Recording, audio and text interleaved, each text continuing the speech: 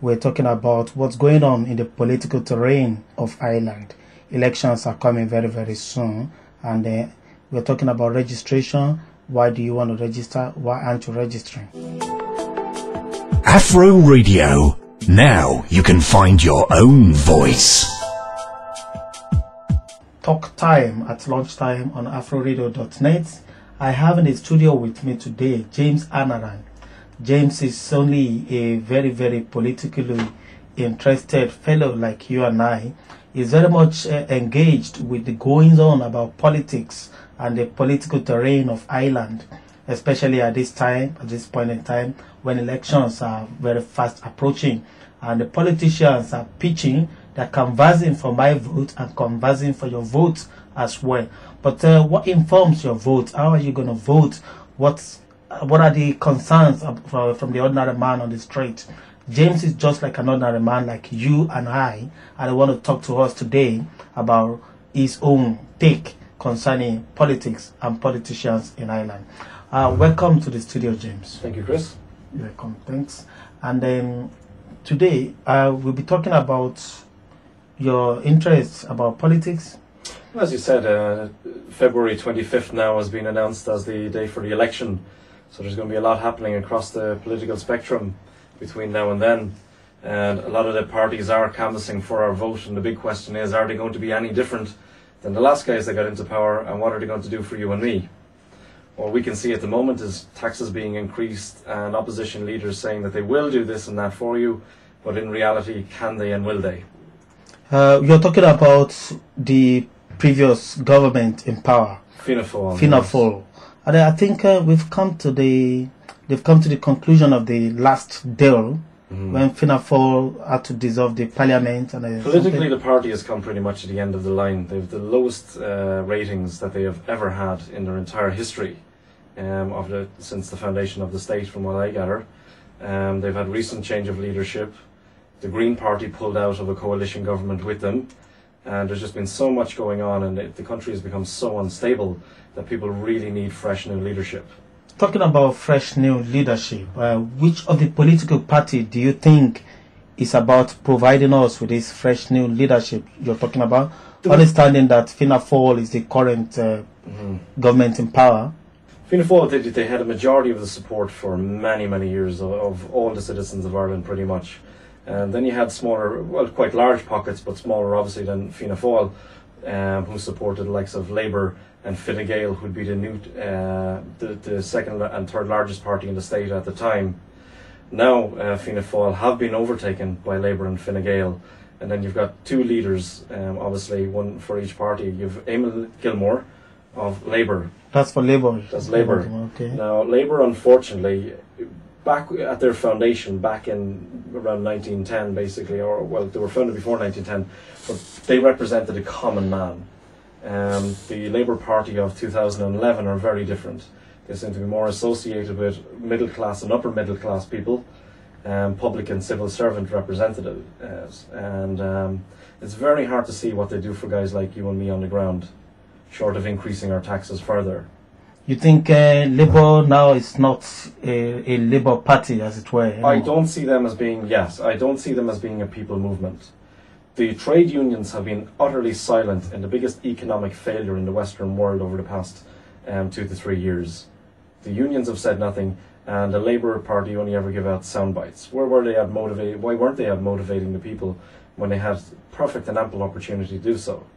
Fine-Gael then, on the other hand, would be considered then as still kind of centre right-wing party, who at the moment are canvassing the largest vote of the people and most likely will get into power. But the leader of the party, Enda Kenny, although I'm sure he's a respectable and decent man, doesn't seem to have the charisma and what the character that people are looking for in a leader to lead us out of this thing that we found ourselves in, this debacle. He was in opposition. So basically he just threw stones, at the other party, why aren't you doing this, why aren't you doing that? A lot of Irish people are disenchanted by politicians and the political system in Ireland in general, because we see Eamon Gilmore, we see Enda Kenny, we see the same faces that sat in opposition and in the boom times took the pay rises, said vote yes to Europe for this, that and the other thing, and they were part of the problem. There was no real opposition in Ireland. There was people with slightly different policies, but in other countries around the world, like you see what's happening in Egypt, you have true opposition. You've got Mubarak supporters on one hand, and then you have people looking for democratic reform on the other. In Ireland, you don't have much of that, except for in political parties such as Sinn Féin, which unfortunately have only ever canvassed about 7% of the vote in Ireland over the past few years. Afroradio. Now you can find your own voice. Well, talking about Egypt, for instance, can that really be something we can cite as comparison? Because Egypt has never been a democratic society. No. And well, you could cite it historically, perhaps. Ireland, up until we got our independence in 1921 and the state founded in 1922, Ireland was actually a very tribal country. Even before the British, we had, as you know, 4 provinces, each one with their own king, like a prince who reported to a high king. In come the British, and they take over, and basically slavery ensued, and that's what we had for practically 700 to 800 years.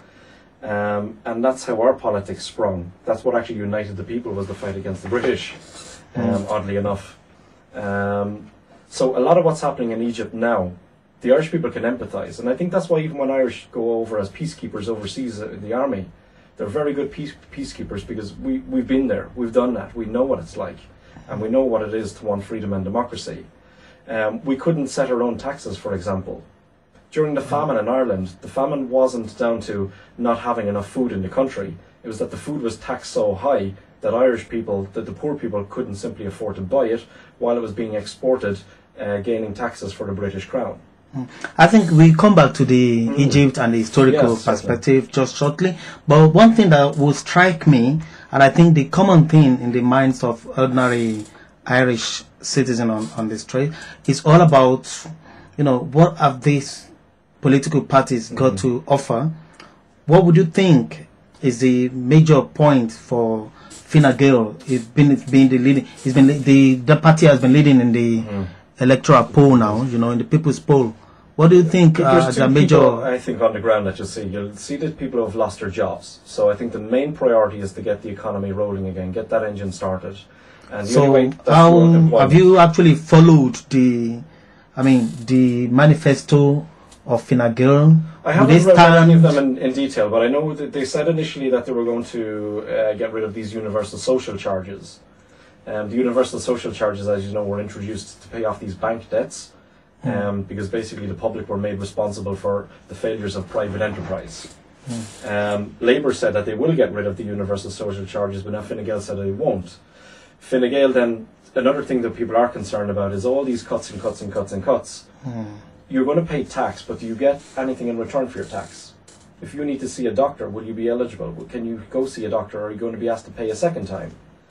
So health reform is a huge thing that Fine Gael said that they will reform, and I sincerely hope that if they do get into power, that is one thing that they will do. But I think, again, the first concern is jobs and getting the economy going. Secondly, is people are genuinely worried that if they don't have a job, whatever small amount of income they are getting is being cut quite significantly. Most people's pay packets have been cut by probably about €40 per week in universal charges, on top of the ordinary tax that you pay, that you've always paid, on top of now the introduction of water charges, which looms on the horizon. But that's pretty much probably the cost for every individual or everyone that's working. Yeah, it's everyone. That's we've all got to be compromised one way or the other. People are not working too, and that's what the fear is. People who lost their jobs. You had a guy, let's say, who ran his own company, got €50,000 a year, maybe not in disposable income, but after tax might have come out with about 32,000. He loses his job because the economy's gone bad. He now has to live on €140 to €180 per week, which is now being cut. He has a mortgage. We don't have a facility in Ireland that you can hand back the keys to the bank like you have in countries such as America. That was introduced back when they had the Great Depression back in 19... You see, what they do in America is the debt follows the house, not the person. Afroradio. Now you can find your own voice. So you give somebody a mortgage to buy a house, but if that person can't afford it, they give the keys back to the bank and the bank can sell it on, but you call it quits. You don't owe the bank a penny then after that. In Ireland, your house is repossessed, but you still owe money to the bank afterwards. So even after they've come, taken your family home, pretty much everything you own, you could have no job. They still want more. So are you going to get more from you then? They'll try. They'll try, Chris. What do you get from someone who hasn't got anything? Exactly. Anyway, I think that's good. That's something that's very, very crucial in the minds of every mortgage owner in Ireland today, and everyone that's working, whether you own a mortgage or you don't own a mortgage, whether you're working or you're not working, the economic situation, the political situation is biting really hard, and it's affecting almost everyone in the society. So the question in the minds of every one of us now is, what have these political parties got to offer for us, the ordinary man on the street? I think, what is the question in the minds of ordinary person on the street now? What? I think you just said it. What are you going to do for me and as a country as a whole? The country as a whole bit is a new thing that's been added, thankfully. Before it was all, what are you going to do for me? That's how people treated the politicians. Now, so what would you consider the priority on the minds of people? There's a difficulty. Take, for instance, a politician comes to me now, and what question do you think I should be asking him mostly? Well, you see, there's a problem first, and this is typical Irish politics again. There's a big problem. You've got the Labour Party and you've got Fine-gael. They have their manifestos, but all the polls say that these guys are going to go into government together. Now, if they tell you, we are going to do X, Y, and Z... Which ones are going to government together? Well, it hasn't been. Obviously, the vote will determine for sure. Like, for instance, all the polls indicate that they will form a joint government. That they will go. Those two parties will form a government. Now, the problem you have is Fine-gael have their policies in their manifesto. Labour have their policies in their manifesto. However, if they go into government, they're going to compromise. So people really don't know, if I vote for Fine-gael or Labour, what am I actually voting for? Because you're just going to compromise at the end of the day. I might not agree with Labour, I might agree with Fine-gael or vice versa. So it's very hard to tell. But people really want to know. In your opinion, what is the strongest point for... The biggest thing people want to know, and the one question they would like answered, and it has not been answered sufficiently, is why is the Irish taxpayer bailing out private banks, and are you going to tell the EU that we are not going to do it? That is why everyone... We're cutting people who are blind, we're cutting their money to pay to bail out private institutions. That is actually against capitalism. That seems to be the strong point of Fine-gael. That's the... No. Fine-gael, it's a token gesture. I guarantee you it's a token gesture. But it does appear like Enda Kenny was quoted as saying that it was going to be abolish the universal social charge. And one of my the name of the politician now was on an Irish TV show recently, but he was Fine-gael, and a member of the audience asked, will you be banning or will you be reversing the universal social charge? And he told a lie in front of the nations. He said, we cannot undo a segment of a finance bill that a previous government has passed. And everybody knows in a democratic society, any government that enters power can repeal any act and can introduce their own laws. He said, we can't do it, that's the big fear in Ireland. We reckon politicians will go in and blame it on the last guy. People are just still want to know, why are we bailing out private institutions? Well, that's a question that we can leave for the fianna-fail, the fianna-fail government, and why are we bailing out private institutions? But the government will have to take it up, though. Fine-gael, they said that we're going to renegotiate the interest. The interest on this loan is going to cost Ireland $6 billion this year and $10 billion next year. The problem is our pockets are empty. What do you mean by our pockets are empty? What does that imply? Well, you look at the workers with the mortgages, and usually two people in a family. When the going was good, we had two working people in a family, both parents working. Now you get a case where there's only one person working, and usually now their wages have been cut. They can barely afford their mortgage. Their electricity bills are going up. Petrol is going up. There's only so much you can squeeze an orange before you run out of oranges. You cannot get any more out of it. But now, let's have a quick look at this political party. Let's know which one do you think is going to be the messiah that the ordinary man on the street is expecting. Well, is it Fine-gael? Is it Fianna-fail? Is it the Labour Party? Is it the Sinn Féin? People are expecting Fine-gael. Now, funny thing about Sinn Féin is that a lot of international commentators around the world have actually praised Sinn Féin's policy and stance on the matter. That's the Jerry Adams. Yeah, a lot of people said they're extremely left-wing. You got Piers Doherty, who recently got elected to the Dáil in Donegal recently, and again, they're going to gamble with the economy. That's the only thing. And people in Ireland literally are living in fear. It's a form of economic fear, but it's fear nonetheless. Sinn Féin seems to have a very strong hold in the north. Yes, yes. What's the situation in the south? Well, that's more historical now than anything else. And, historical as in? Well, you had the Troubles in the north in the 1970s, but it goes back to the foundation of the state back in the 1920s again. Yeah. Ireland, we had an Irish Free State, which wasn't entirely free of the British government. So we could have our own laws, but we had to swear an oath of allegiance to the British Crown, but Northern Ireland would stay under full direct control of the British Empire. And that's what led to the Irish Civil War a couple of years later, is that people said, no, we're not giving up 6 counties in the north. We want all 32 counties. We want the whole country. So that's a bit of very, very good information from you, and I do really appreciate that.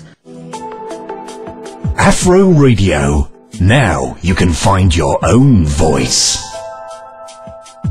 Issue in the minds of every one of us. Is it employment or work? What do you think? Employment is a primary concern, because a man that has a job can have some self-respect and can provide for his family, and that then generates tax, which goes into services in the state to provide things such as healthcare. What about immigration? Immigration, I think, was big on the agenda. Immigration was, but emigration, people leaving Ireland. You know, maybe we'll all be looking for jobs in Africa soon. We're at the rate we're currently going, we're going to lose on average 50,000 people a year. Since the Great Famine back in the 1880s, Ireland had a population of roughly, I think it was 8.6 million. That went down to just over 3 million. It was one of the fastest exodus of people ever recorded in history. And we're actually going back. The amount of people leaving Ireland now exceeds annually whatever was done back in immigration. Yeah. Is it? Do you think it's going to be a priority? I don't think a person. Oh, huge.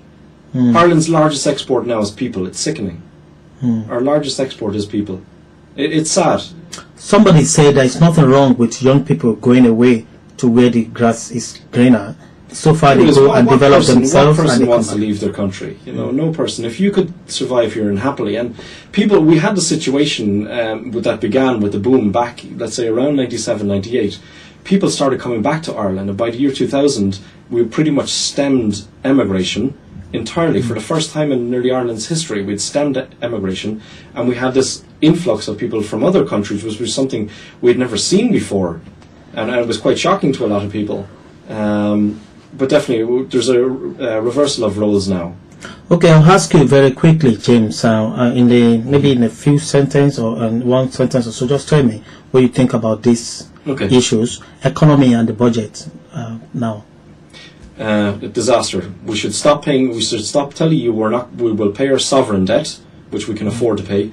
We are not paying to bail out German and French banks, and that will solve our economic problem. Have we been paying to bail German and French banks? Yes, back in 2008, the Irish government under fianna-fail decided to do a blanket guarantee. So we're not only paying back loans that we get to run the Irish country, we're actually bailing out. An economist put it this way, I'll try to be brief.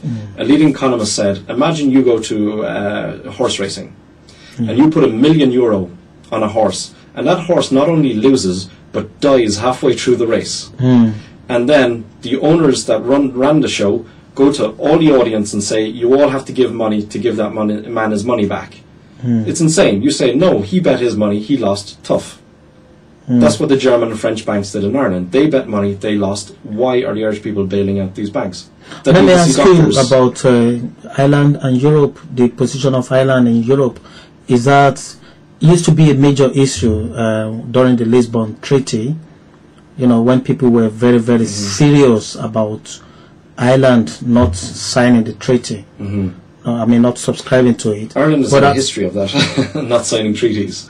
But I came back a second time, and the vote was passed. Eventually, the Lisbon Treaty passed. Do you think that issue? Do you think Irish people are regretting that?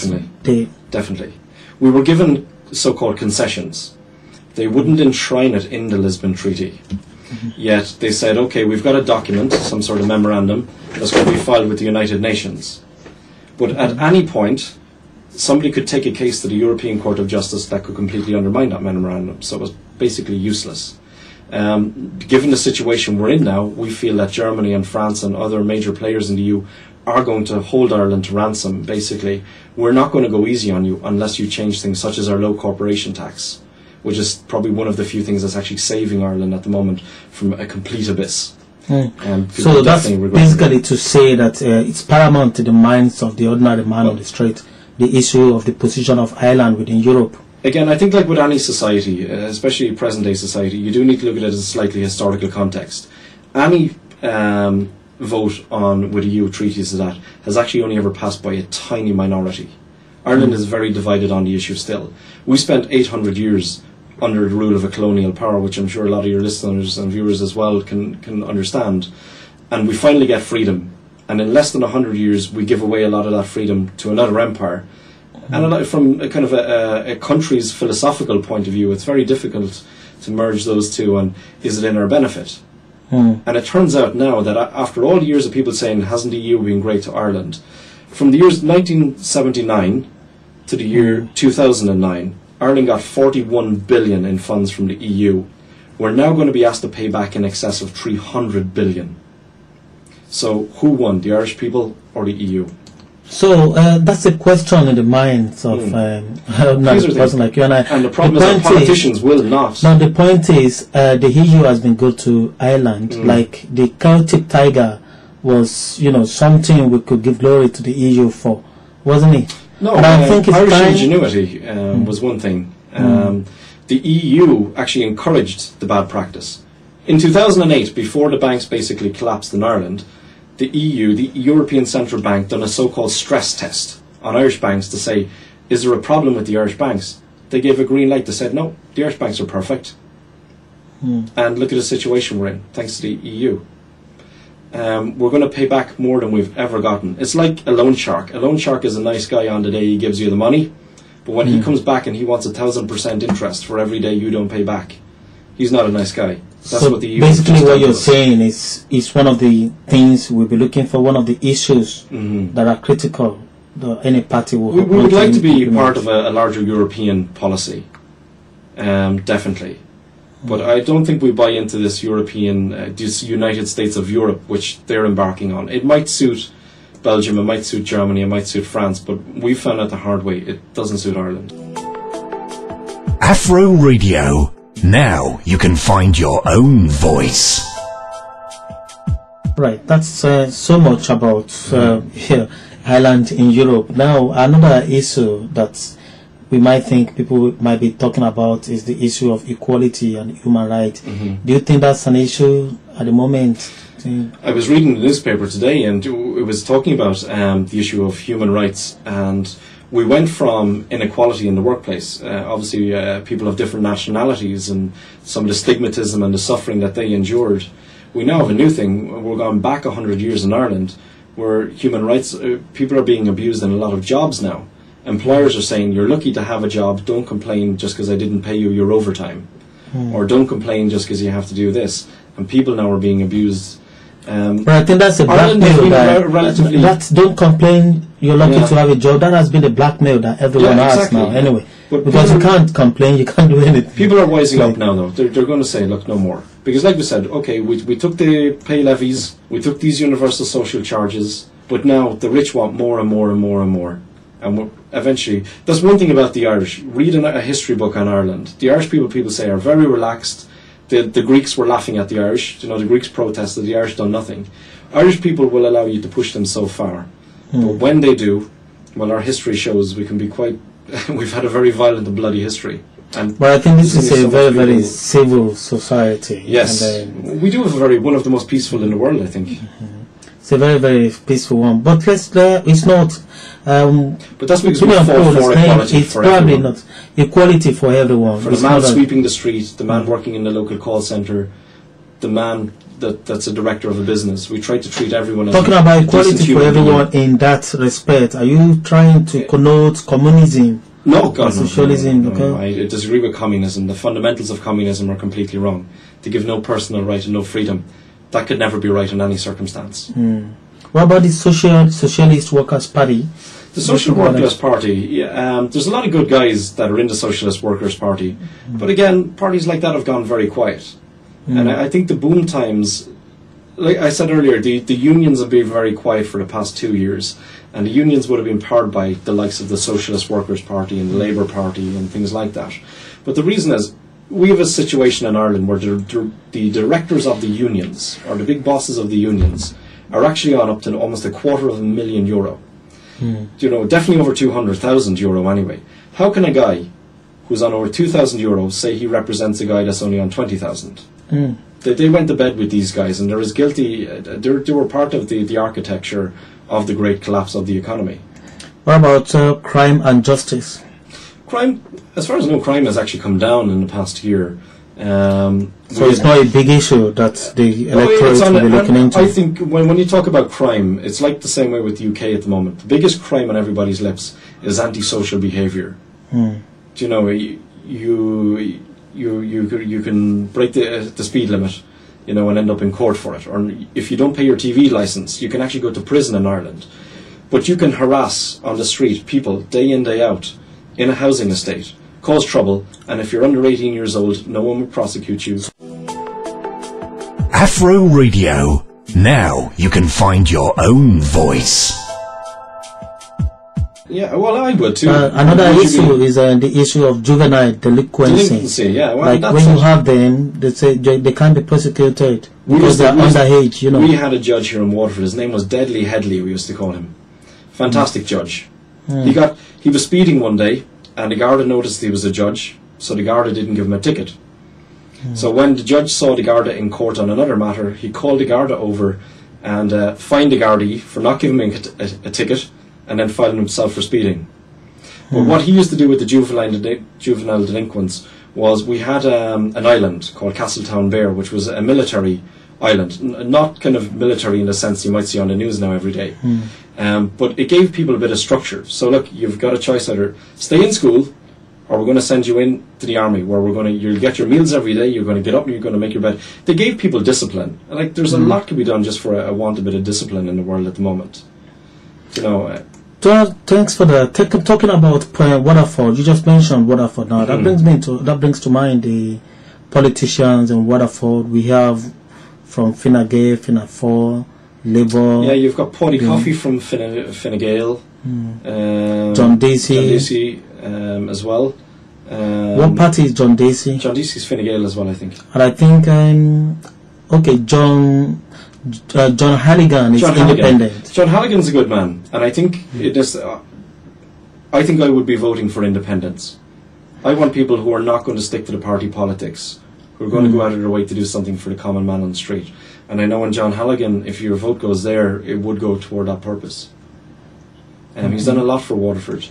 What about John Dacey being from fine-gael and the party leading the opinion poll now? Yeah.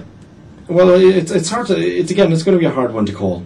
A lot of people are so dissatisfied, like you said, not just with Fianna Fáil or any. They're just so disenfranchised with politics in general that a lot of people might actually throw their vote to the far left, maybe, like to the independent, like an independent party. Independence. Well, yeah, the independent party. Tell me a bit about John Halligan. He was in government. He was he was in local government.